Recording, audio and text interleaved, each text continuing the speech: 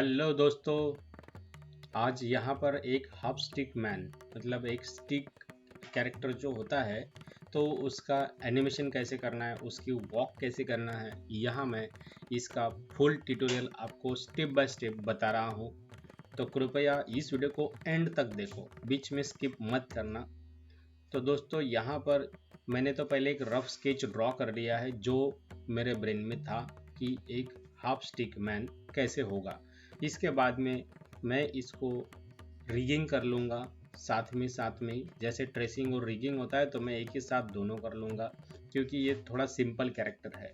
लेकिन इसको सिंपल समझना नहीं चाहिए क्योंकि इसमें एनिमेशन प्रिंसिपल्स तो वही यूज़ होते हैं, सिर्फ इसको जो हाथों पैरों की मोटाई होती है वो नहीं है, एक से लाइन है।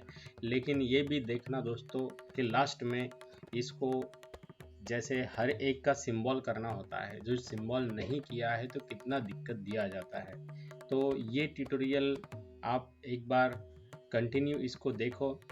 तो हर एक चीज़ मैं सेपरेटली ड्रॉ कर रहा हूँ, यहाँ पे ट्रेस कर रहा हूँ जैसे ड्राइंग था उसके ऊपर। लेकिन यहाँ पर ये भी देखना, हालांकि हम फेस के हर एक एलिमेंट को हिला तो नहीं रहे हैं, लेकिन तो भी ये रिगिंग की एक प्रोसेस होती है, इसके लिए मैं उस प्रोसेस के साथ में इसको करके रख रहा हूँ। ठीक है, आप यहाँ पे देखते जाओ। अभी हेयर भी जब मैं करूँगा तो आप देखना हर एक हेयर का सिंबल मैंने एक सिंबल करके उसको कॉपी किया है, क्योंकि क्या है, अगर हेयर मूवमेंट मैं देता तो तीनों हेयर में एक साथ मूवमेंट होती।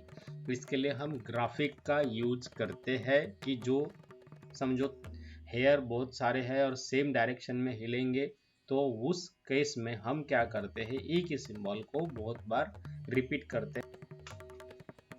तो यहाँ एक एक लाइन में ले रहा हूँ, जैसे कि लेग्स के लिए एक लाइन है, लेकिन शूज़ के लिए मैंने लाइन रखने के बजाय थोड़ा सा एक वी शेप जैसा शूज़ का बेसिक शेप मैंने यहाँ ले लिया है।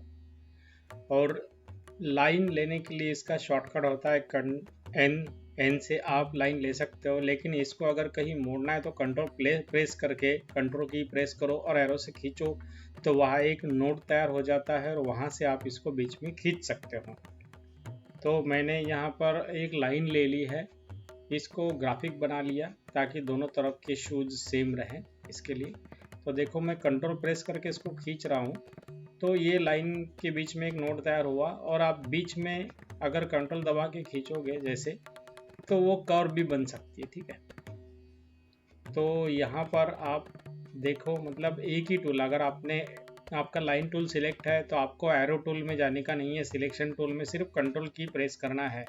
तो शॉर्टकट्स जितने आपको याद रहेंगे उतना काम फास्ट होने के चांसेस ज़्यादा रहते हैं। तो शॉर्टकट्स भी हमेशा याद रखो, कोई ज़्यादा शॉर्टकट्स इसमें है नहीं। तो यहाँ जो पाम मैंने बनाया, ये पाम भी मैं अभी सेम बना लूँगा दोनों साइड का, इसके लिए इसको भी मैंने ग्राफिक कर लिया। तो एकदम पाम का भी बेसिक शेप है ना, तो इसमें कुछ फिंगर्स है ना कुछ, क्योंकि ये एक स्टिक मैन कैरेक्टर मैं यहाँ बना रहा हूँ। जैसे एक फॉलोअर ने कहा था कि एक हाफ स्टिक मैन का एनिमेशन कीजिए, तो ये मैं यहाँ पे बना रहा हूँ।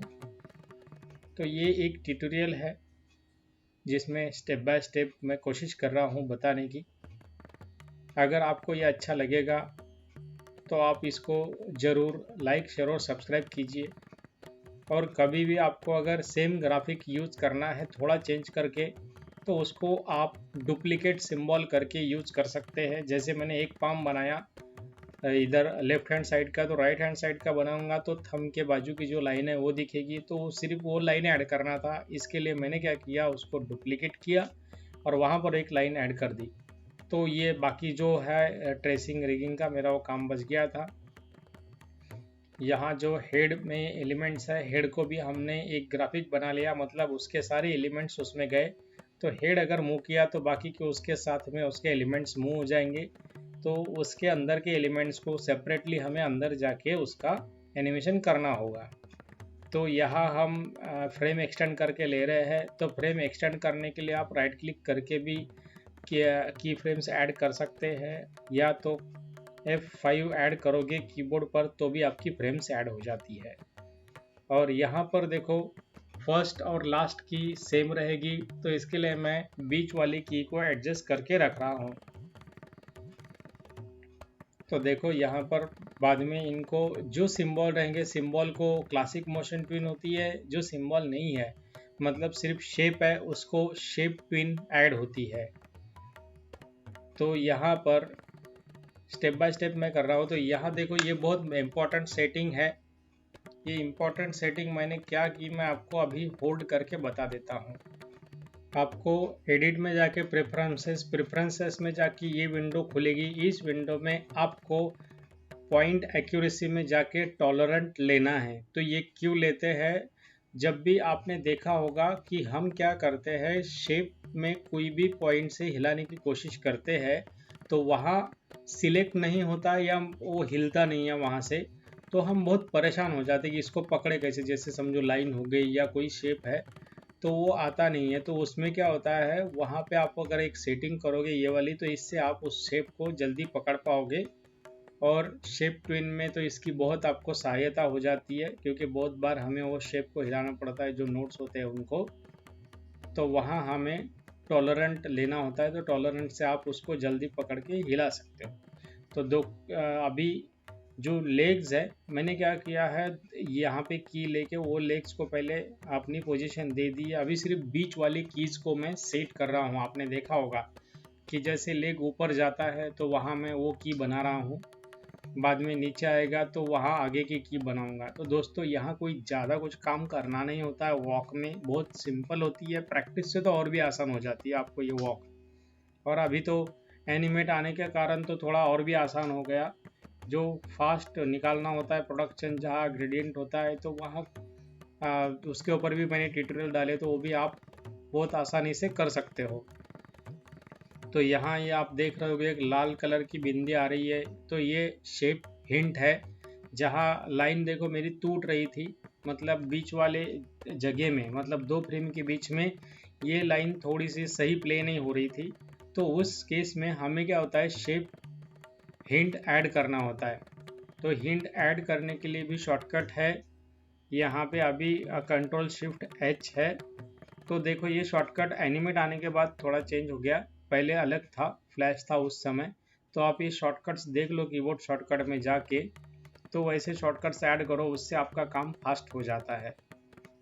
और हैंड भी मूवमेंट वैसी ही करना है, जैसे हमने दो की के बीच में हैंड की मूवमेंट सेट कर दी, तो हाथ जो जाएगा मतलब पाम जो होगा वो हमारा आर्क में हिलेगा। दोस्तों आपको वापस बता दूं कि जो एनिमेशन के प्रिंसिपल्स है वो प्रिंसिपल्स को अच्छे से याद करना है, क्योंकि प्रिंसिपल के कारण ही एनिमेशन दिखने में बहुत अच्छा दिखता है। अगर प्रिंसिपल नहीं है, भले कितना भी कुछ करो तो एनिमेशन नहीं लगेगा वो।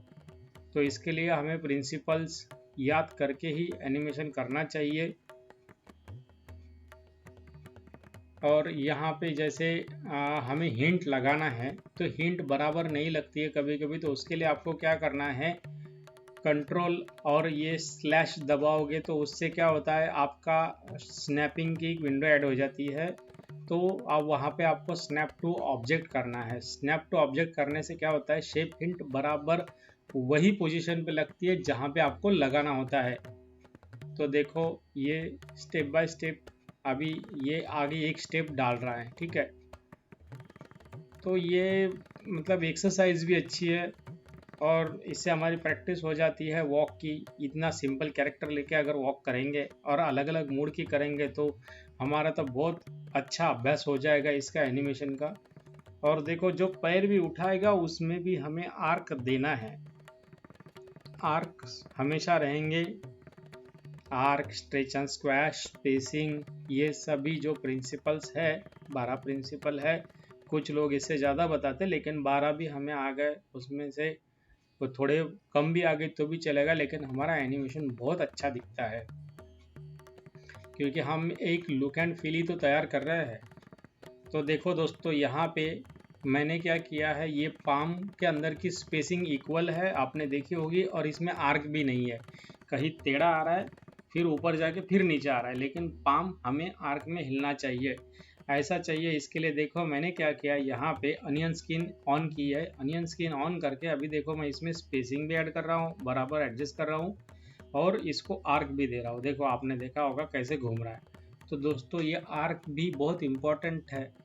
इस आर्क के कारण ही आपका एनिमेशन अच्छा दिखने लगेगा, और बाद में जैसे ही हाथ आगे जाएगा तो उसको पाम डिले होगा, मतलब पाम आपका बाद में उसके साथ जाएगा ऐसा।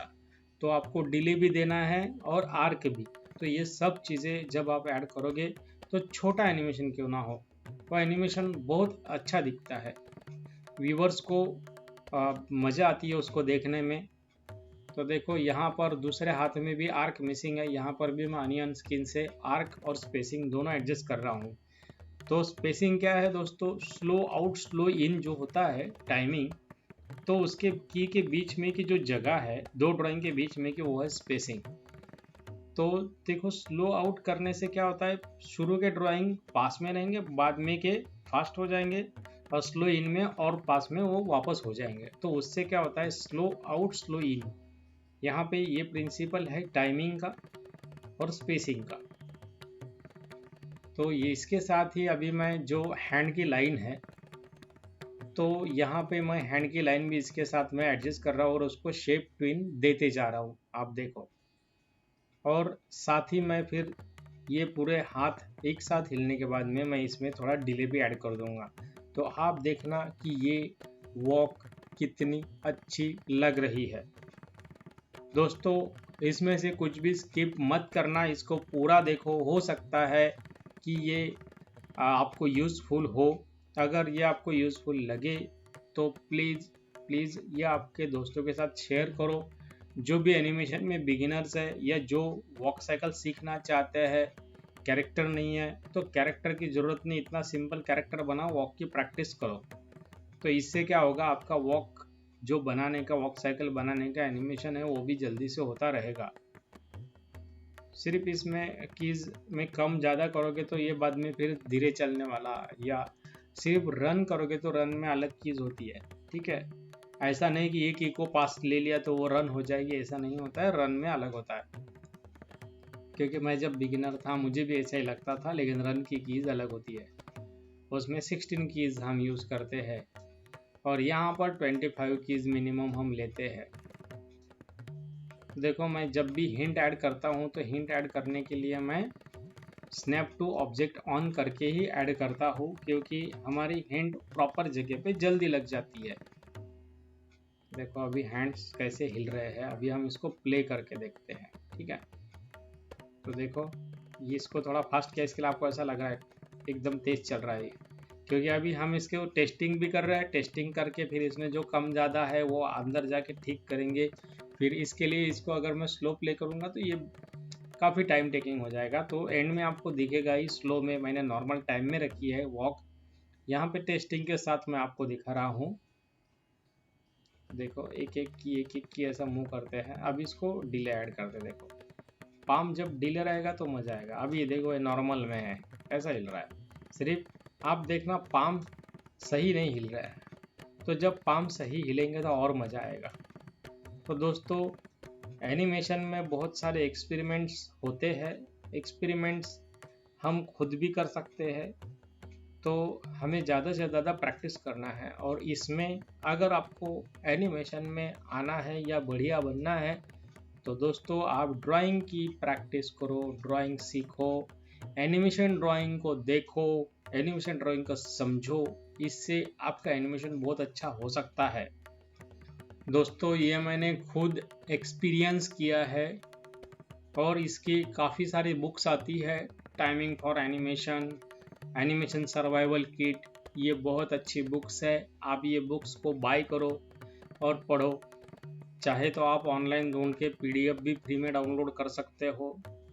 मुझे तो पता नहीं कैसे करते हैं, लेकिन आप बुक अगर हार्ड कॉपी लोगे तो उससे काफ़ी अच्छा सीखने को मिलता है। तो हार्ड कॉपीज़ लेना बहुत अच्छी बात है। देखो अभी हैंड को जैसे ही डिले हेड हो जाता है तो हैंड देखो कितना सही उधर का जा रहा है पाम। तो ये सब चीज़ें जब आ जाएगी ना तो उसमें बहुत ब्यूटी आ जाती है एनिमेशन में। और मैंने क्या किया है, जो मैंने एनिमेशन की जो फ्रेम्स थी उसको कन्वर्ट टू सिंबल किया, मतलब कन्वर्ट लेयर टू सिंबल। तो वो एक सिंबल में चली गई, तो बाहर मैंने क्या किया, सिर्फ 24 फ्रेम रखी है, 25 नंबर की कम कर दी, क्योंकि लास्ट की तो सेम ही रहेगी, तो वो रिपीट ड्राइंग होगा। तो इसके लिए मैंने वो की कम करके एक सिंबल में यहाँ रख दिया है। तो ये आपको एनिमेट में ये लूप में अपने आप चलता रहेगा, लूप में हम देख सकते हैं इसको, ठीक है। और यहाँ मैं क्या कर रहा हूँ, थोड़ा सपोर्ट के लिए एक लाइन ले रहा हूँ। देखो ये लाइन आ रही है जा रही है, इससे क्या होगा, फील कि आगे चलते जा रहा है चलते जा रहा है। नहीं तो सिर्फ ये कैरेक्टर अकेला रहेगा तो इतना देखने में मज़ा नहीं आएगा। तो देखो लाइन को मैंने क्या किया है, वॉक तक रखी है। पहले अल्फ़ा 0 है, फिर 100 होगा, 100 रहेगा, फिर 0 होगा। तो इससे ये लाइन आएगी जाएगी, इससे एनिमेशन दिखने में बहुत अच्छा दिखेगा। दोस्तों ये ट्यूटोरियल आपको पसंद आएगा ऐसी मैं आशा करता हूँ। अगर आया होगा, थोड़ा भी आपको सीखने में मिला होगा, तो आप इसको लाइक करें, दोस्तों के साथ शेयर करें और चैनल को सब्सक्राइब करें।